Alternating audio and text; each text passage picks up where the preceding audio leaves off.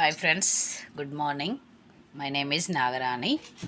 Today topic ఏంటంటే మన భారత సమాజము నిర్మితి, అంటే మన భారత సమాజము ఏ విధంగా నిర్మించబడింది, నిర్మాణానికి గల కారణాలు, మన భారతదేశం యొక్క విశిష్టత, సంస్కృతులు, ఆచారాలు, కట్టుబాట్లు, కుల వ్యవస్థ, వర్ణ వ్యవస్థ, ఇవన్నీ ఎలా ఎలా వచ్చాయి ఏంటి అనేది మనం తెలుసుకోవాల్సిన అవసరం ఎంతో ఉంది.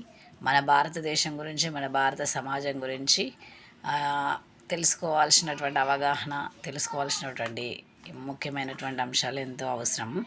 ఎందుకంటే మనము ఈ కుల వ్యవస్థ ఏంది, క్యాస్ట్ ఏంటి, వర్గం ఏంటి, వాళ్ళు చేసే పనులేంటి, ఈ ఆచారాలు ఏంటి, కట్టుబాట్లు ఏంటి, ఒకప్పుడు ఉన్నటువంటి సమాజానికి ఇప్పుడున్నటువంటి సమాజాలకి మధ్య వ్యత్యాసాలు ఏంటి, మార్పు ఏ రకంగా, కాలక్రమంలో మార్పు అనేది ఎలా జరుగుతుంది. ఒకప్పుడు చాలా చాదస్తము, చాలా సంప్రదాయాలు, ఆచారాలు, మూఢనమ్మకాలు కొన్ని ఉండేటివి. మరి నేటి కాలంలో ఆచరిస్తున్నారు అలాంటి సంప్రదాయాలు, అలాంటి పద్ధతులు ఉన్నాయా? మరి ఆ సంప్రదాయాలు ఏ విధంగా పుట్టుకొచ్చాయి, ఎలాంటి వాతావరణం ఉంది మన భారతదేశంలో, ఏంటి కల్చర్, ఇవన్నీ మనము తెలుసుకుందాం. నేను ఇప్పుడు మాట్లాడుతున్నటువంటి అంశం ఏంటంటే మన భారత సమాజం యొక్క నిర్మాణం ఎలా జరిగింది. సమాజం అంటేనే మనుషులం కాబట్టి మన భారతదేశానికి, మన భారత సమాజానికి ఒక విశిష్టమైనటువంటి స్థానం ఉంది. అలాగే ఒక ప్రత్యేకమైనటువంటి స్థానం ఉంది. వైవిధ్యభరితమైనటువంటి స్థానాన్ని కలిగి ఉంది. మన భారతదేశము చాలా గొప్ప చరిత్ర కలిగినటువంటిది. అలాగే భిన్నత్వంలో ఏకత్వం, మత ప్రమేయం లేకుండా లౌకికవాదాన్ని, సమానత్వాన్ని, కొన్ని ప్రజాస్వామ్య విలువలను కలిగినటువంటి మన భారతదేశము భిన్నత్వంలో ఏకత్వము అనగా వివిధ రకాల హిందువులు, ముస్లింలు, క్రైస్తవులు, సిక్కులు, బౌద్ధులు, ఇలా రకరకాల కులాల వాళ్ళు, మతాల వాళ్ళు, అన్ని రకాల ప్రాంతాల ప్రజలు శాంతియుతంగా కలిసి వారి వారి సంప్రదాయబద్ధంగా కలిసి జీవన ప్రయాణం చేస్తారు. కాబట్టి భిన్నత్వంలో ఏకత్వంగా మనము మన భారతదేశ చరిత్రని చెప్పుకుంటాము. అలాగే మన భారతీయ సమాజము మన భారత సమాజము సాంప్రదాయబద్ధంగా దేనిపైన ఆధారపడి ఉందంటే ఒక కుల వ్యవస్థపై, కుల ఆధారిత సమాజంగా చెప్పుకుంటున్నాం. ఎందుకంటే మనం పుట్టక ముందే మన ముందు తరాల నుంచి ఈ కుల వ్యవస్థ అనేది ఉంది. ఎందుకంటే కుల ఆధారిత సమాజంగా మన భారతదేశ సమాజానికి చెప్పుకుంటున్నాము. కులం అంటే ఏంటి అసలు అంటే, ఒక వ్యక్తి తాను చేసేటువంటి పనిని బట్టి వారి యొక్క కులాన్ని నిర్మించడం అనేది జరుగుతుంది. వారు చేసే పనిని, వృత్తిని బట్టి కుల నిర్మాణం జరుగుతుంది. అలాగే మరి ఈ కుల వ్యవస్థ అనేది ఒక హిందువులలో ఉందా అంటే, హిందువులు, ముస్లింలు, క్రైస్తవులు, బౌద్ధులు, సిక్కులు, ఇలా రకరకాల మతాలలో కూడా ఈ కుల వ్యవస్థ అనేది విస్తృతంగా ఉందని మనం చెప్పుకోవచ్చు. అలాగే భారతదేశాన్ని ఆక్రమించుకోవడానికి ఇతర దేశాల నుంచి కొందరు వలసవాదులు, లేక నెక్స్ట్ కొన్ని సమూహాలు మన భారతదేశానికి వచ్చినాయి కదా, అప్పుడు వారు రావడం వల్ల, వారి వలస సమూహాలు వారి వల్ల మన భారతదేశం, మన సంస్కృతి పైన ఎంతో ప్రభావాన్ని చూపడం జరిగింది. అలాగే బౌద్ధ మతము, జైన మతము, సిక్కు మతం లాంటి మతాలు కూడా మన దేశ సంస్కృతిని కూడా ప్రభావితం చేశాయి. మన భారత రాజ్యాంగ నిర్మాతలు కూడా మన భారతదేశంలో మత స్వాతంత్ర్య స్వేచ్ఛను, మత స్వాతంత్ర్య హక్కుని రాజ్యాంగం చట్టంలో కల్పించటం జరిగింది. భారతీయ సమాజము అతి సంక్లిష్ట సమాజాలలో, సంస్కృతులలో ఒకటిగా చెప్పుకుంటాం.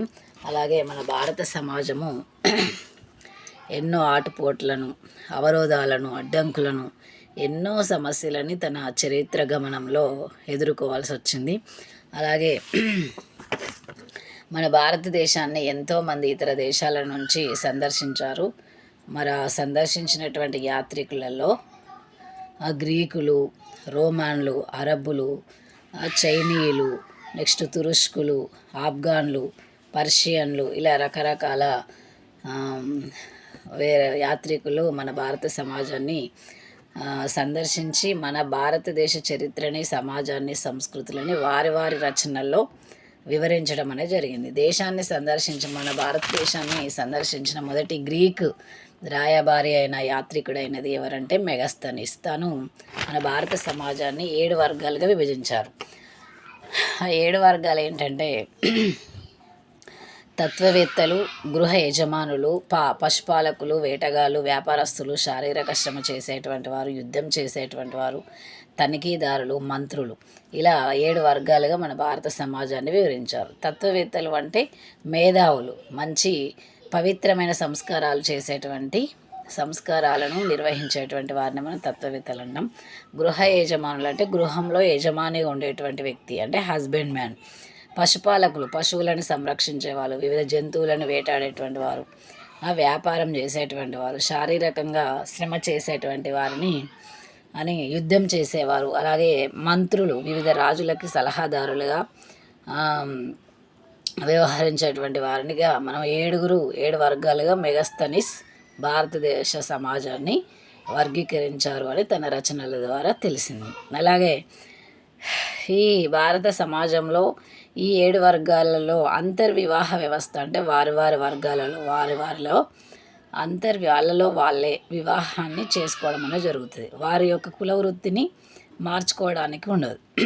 అలాగే మన భారతదేశంలో హిందువుల యొక్క శాతం అనేది ఎక్కువగా, తర్వాత క్రైస్తవులు, ముస్లింలు, వీళ్ళందరూ బౌద్ధులు, క్రైస్తవులు, జైనులు, యూదులు, పార్సీలు, సిక్కులు, ఇతర గిరిజన మతస్థులు కూడా భారతదేశంలో హిందూ ముస్లింలతో కలిసి జీవించడం జరుగుతుంది. అధిక శాతం అయితే భారతదేశంలో హిందువులు, తర్వాత క్రైస్తవులు, మిగతా ముస్లింలు, మైనారిటీ వర్గం వీళ్ళందరూ కూడా మన భారత సమాజంలో ఉన్నారు. సామాజిక ఆర్థిక అంతస్తులలో కూడా ఈ తేడాలు అనేటివి కనిపిస్తవి. అలాగే మన భారతదేశంలో ప్రత్యేకమైన భాషలు, మాండలికాలు, వివిధ వర్గాలు, సామాజిక సమూహాలు ఉన్నాయి. మన భారతదేశంలో ఒక ప్రత్యేకమైన ఒక రాష్ట్రాన్ని గుర్తించాలంటే ఆ రాష్ట్రంలో ఉన్నటువంటి భాష, మాండలికము, అక్కడి ప్రాంతము, అక్కడి ప్రజలు, వారి యొక్క వ్యవహారాన్ని మనము అధికారికంగా గుర్తించాల్సి ఉంటుంది. అలాగే 1961 సంవత్సరంలో జనాభా గణాంకాల ప్రకారము భారత సమాజంలో వివిధ రకాల సమూహాలు మాట్లాడే భాషలు ఏంటంటే 1652. ఎప్పుడు ఇది 1961 సంవత్సరం నాటికే 1652 భాషలని కలిగి ఉన్నాం. మరి ఇప్పుడు ఇంకా చాలా ఎక్కువగా భాషలని కలిగి ఉంటాం. ఎందుకంటే కొన్ని భాషలకి లిపి అనేది లేదు, కొన్ని భాషలకి లిపి ప్రామాణికత ఉన్నాయి, కొన్ని భాషలు కనుమరుగైపోయినాయి. కాబట్టి ఇందులో 23 భాషలని దేశ జనాభాలో 97% ప్రజలు మాట్లాడుతున్నారు. రాజ్యాంగంలోని 8వ షెడ్యూలులో 18 భాషలని 91% వరకు ప్రజలు మాట్లాడుతున్నారు. మనకి రాజ్యాంగంలో 8వ షెడ్యూలులో భాషల గురించి ప్రవేశపెట్టడం జరిగింది. మరి భాషలు అనేటివి ఎంత ప్రధానమైనవో మనకు అర్థమవుతుంది. దేశంలోని ప్రధాన భాషల ఆధారంగా భారతదేశాన్ని 12 భాషా ప్రాంతాలుగా వర్గీకరించారు. మన భారతదేశంలో అనేక ప్రాంతాలు, అనేక రాష్ట్రాలు ఉంటాయి. ఆ రాష్ట్రంలో, ఆ ప్రాంతంలో వివిధ రకాల ప్రాంతీయ భాషలు ఉంటాయి. కాబట్టి ఆ ప్రధానమైన భాషలని ఆధారం చేసుకొని 12 భాషా ప్రాంతాలుగా విభజించడం జరిగింది. అవేంటి అంటే కాశ్మీరీ, పంజాబీ, హిందీ, బెంగాలీ, అస్సామీ, ఒరియా, గుజరాతీ, మరాఠీ, కన్నడ, తెలుగు, తమిళం, మలయాళము భాషా ప్రాంతాలు. అయితే ఈ భాషా ప్రాంతాలలో భాషలలో చాలా వైవిధ్యత కలిగి ఉంది. ప్రాచీన కాలంలో అయితే సంస్కృత భాష ఎక్కువ ప్రాధాన్యతను కలిగి ఉంది. మధ్యయుగంలో పర్షియన్ భాష, ఆధునిక కాలంలో ఆంగ్ల భాష యొక్క ప్రాధాన్యత ఎక్కువగా ఉంది. ఇప్పుడు నడుస్తున్నదంతా కూడా ఆధునిక సమాజం. ఈ ఆధునిక సమాజంలో ఆంగ్ల భాష యొక్క వ్యవహారము, జాతీయ సమైక్యత కోసము, జాతీయ సమగ్రత, పరిపాలన వ్యవహారాలన్నీ కూడా ఆంగ్ల భాషలో, హిందీ జాతీయ భాషలో ఎక్కువ వ్యవహరించడం జరుగుతుంది. మన భారతదేశంలో హిందువుల సంఖ్య ఎక్కువగా ఉంది కాబట్టి ఎక్కువగా ఆధ్యాత్మికతకి అధిక ప్రాముఖ్యత ఇవ్వడం జరిగింది. భారతదేశంలో హిందువులు ఎక్కువ శాతంలో ఉన్నారు. సామాజిక వ్యవస్థాపన ప్రకారము మనిషి యొక్క జీవన వయస్సు ఏంటంటే 100 సంవత్సరాలు.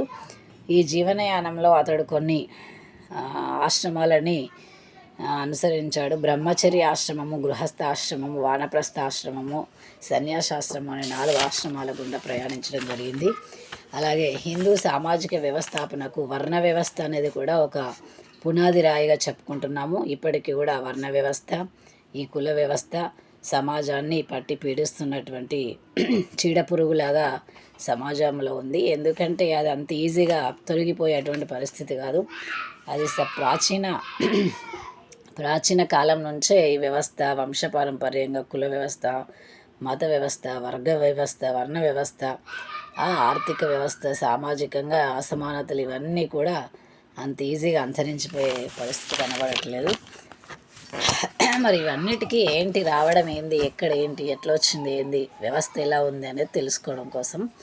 అలాగే వర్ణ వ్యవస్థలో బ్రాహ్మణులు, క్షత్రియులు, వైశ్యులు, శూద్రులు అనే ఒక 4 వర్ణాలుగా విభజించడం జరిగింది. ఇప్పుడు ఈ వర్ణ వ్యవస్థలో ధర్మం అనేది అతి ప్రధానమైన పాత్ర వహిస్తుంది. ధర్మం అనగా సక్రమమైన చర్య, సత్యము అని అర్థం. కానీ ఇప్పుడున్న పరిస్థితుల్లో ఎంతమంది ధర్మబద్ధమైన వ్యవహారం చేస్తున్నారు, ధర్మపాలన, ధర్మబద్ధమైనటువంటి నడవడిక, ఆచారాలు, కట్టుబాట్లు, ధర్మ మార్గాన్ని ఎంతమంది అనుసరిస్తున్నారు అనేది మన సమాజంలో మనకి అర్థమవుతుంది. ఈ భారతీయ సాంస్కృతిక వారసత్వం తనదైన శాస్త్రీయ దృక్పథాన్ని కలిగి ఉంది. అంటే ఒకప్పుడు ఉన్నటువంటి సాంస్కృతిక వారసత్వం ప్రకారము కొన్ని శాస్త్రీయమైన దృక్పథాన్ని, ఆలోచనలను కూడా మనం ప్రస్తుత సమాజంలో అనుసరిస్తున్నారు. కొన్ని ప్రాచీన గ్రంథాలని అనుసరించి కూడా మనకి ఇప్పుడు శాస్త్రీయ వైద్యులు కానీ వాటి ఉపయోగించడంలో ఉపయోగిస్తున్నారు. చరక సంహిత, అష్టాంగ హృదయ, వైద్యశాస్త్ర, ఆయుర్వేద గ్రంథాలు, సర్జరీని వివరించే సుశ్రుత సంహిత లాంటి గ్రంథాలు ఇప్పటికీ కూడా వైద్యులు సంప్రదిస్తున్నారు. మన ప్రాచీన గ్రంథాలలో ఇప్పటికీ కూడా మన నీటిపారుదల, వ్యవసాయానికి సంబంధించిన ఎన్నో పటిష్టమైనటువంటి పద్ధతులు వివరించడం జరిగింది. ఈ శాస్త్రీయ సంప్రదాయాలు భారతీయ సమాజాన్ని, సంస్కృతిని ఎంతో బలోపేతం చేశాయని అర్థమవుతుంది.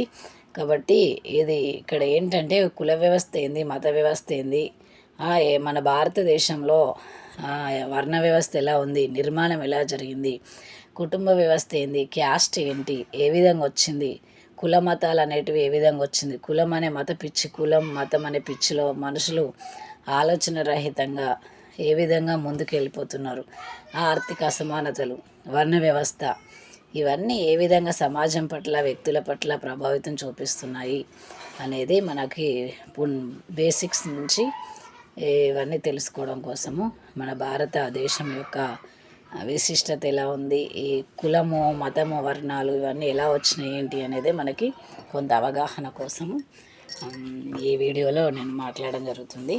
Thank you friends. నేను తెలుసుకుంటూ మీతో షేర్ చేసుకోవడం కోసం నేను ఈ వీడియో చేశాను. Thank you friends. Thank you.